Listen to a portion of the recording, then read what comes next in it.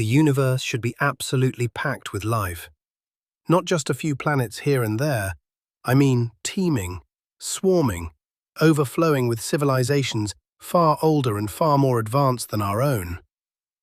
In our galaxy alone, there are at least 100 billion stars. Many of them have planets in the habitable zone, the Goldilocks region where liquid water can exist. Multiply that by the estimated 2 trillion galaxies in the observable universe, and you get a number so incomprehensibly large that even the most conservative calculations suggest millions of advanced civilizations should exist right now. Some of them would have had billions of years of a head start on us. Billions. With that kind of time, they should have colonized entire galaxies by now. They should have built structures so massive we could see them from Earth. They should have left signatures, radio waves, laser pulses, Dyson spheres swallowing entire stars. But when we point our most powerful telescopes at the sky, we hear nothing. Absolute silence.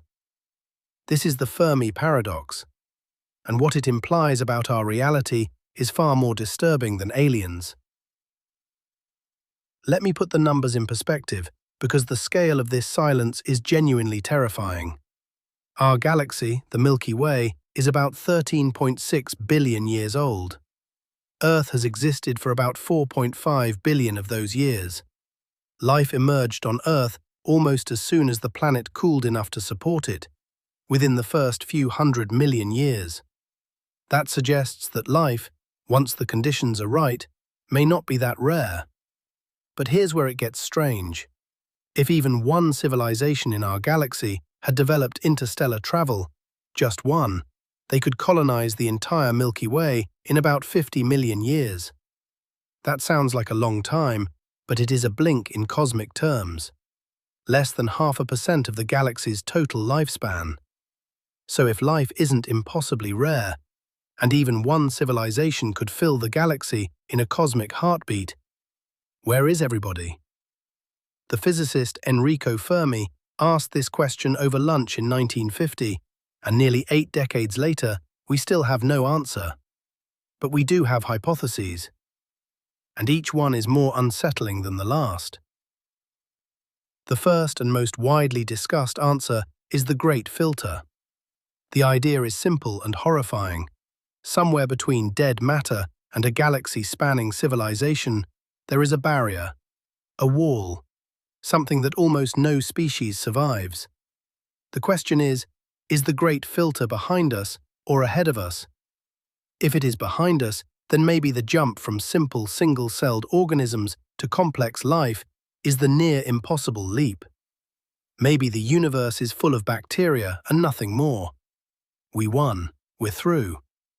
But if the Great Filter is ahead of us, then every civilization that reaches our level of technology eventually destroys itself. Nuclear war, climate collapse, a pathogen we engineer that we cannot control, artificial intelligence that outpaces us. The filter could be anything, and we may be sprinting directly toward it. Every silent star becomes a tombstone, every empty patch of sky a warning. They were here, they reached our stage, and then they were gone. This leads to an even more disturbing possibility. What if they're not dead? What if they're hiding? The dark forest theory proposes that the universe is like a dark forest at night. Every civilization is a hunter, moving in silence. You do not make a sound, because if you do, something in the dark hears you.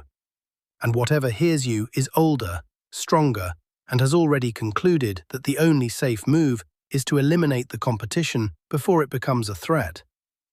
In this model, broadcasting our presence into space, which we have been doing for over a century, is not an act of exploration. It is a death wish. Every radio signal, every probe, every message we beam into the void is a flare in the darkness, announcing exactly where we are. And the silence we hear may not mean we are alone. It may mean everyone else is smart enough to keep quiet. But what if the situation is even stranger than a forest of silent hunters? Imagine we are not being hunted or ignored. Imagine we are being watched, studied, observed. The zoo hypothesis suggests that advanced civilizations know we are here. They have known for millions of years. They just choose not to interfere. We are a nature reserve, a wildlife documentary that has been running for the entire history of our species. They may have rules, a prime directive, non-interference until a species reaches some threshold of maturity, interstellar travel perhaps, or a certain level of consciousness. Until then, we are left alone in our enclosure, with the illusion that we are the only intelligent life in the universe. And if this is true, then everything we think we know about reality is a carefully constructed set. The stars we see, the signals we don't hear, all of it could be a controlled environment, a cosmic terrarium, and we are the exhibit. There is one possibility that is perhaps the loneliest of them all. What if the great filter is behind us, and we are not just survivors, we are the first? What if the universe is young, and we are the earliest intelligent civilization to emerge? Life on Earth appeared relatively quickly once the conditions allowed it. But intelligent life, the kind that builds telescopes and asks questions, took billions of years. Maybe intelligence is the bottleneck. Maybe the universe is full of simple life, but we are the first to cross the threshold into self-awareness. That would mean that every star you see in the night sky is an untouched frontier. No empires, no wars, no ancient ruins waiting to be discovered. Just silence and us, and the terrifying weight of being the first. If we fail, and the great filter ahead takes us, then the universe may never produce another civilization like ours. The entire cosmos would remain dark, silent, and unaware of its own existence. And now we reach the hypothesis that turns everything inside out. The one that aligns with what this channel is built on. What if the silence is by design? Not because they are hiding or filtering or observing from a distance, but because they programmed it this way. If we are in a simulation, the Fermi paradox is trivially solved. The simulation renders what it needs to render. You don't program trillions of inhabited planets when you only need one. You don't simulate alien radio signals when the entire point of the simulation is to test how a single species behaves when it believes it is alone. The emptiness of the universe is not a mystery. It is a resource constraint. The silence is not a paradox. It is the smoking gun. So here is where the Fermi paradox leaves us. Either we are alone, the only intelligence in a universe of dead rocks and silent stars, or we are not alone, but something is preventing us from seeing the others. A filter, a forest, a zoo, or a simulation. None of these answers are comfortable. All of them force us to confront something deeply unsettling about our place in the cosmos. The universe should be screaming with life. The math says so, the chemistry says so, common sense says so, and yet, silence. Maybe the silence is trying to tell us something.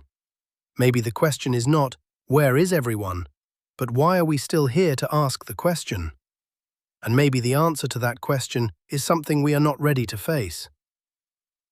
If you made it this far, you are exactly the kind of person this channel was built for. Because most people look at the night sky and see beauty. You looked and you saw the silence. Follow Omni Scenario for more glimpses through the cracks in reality.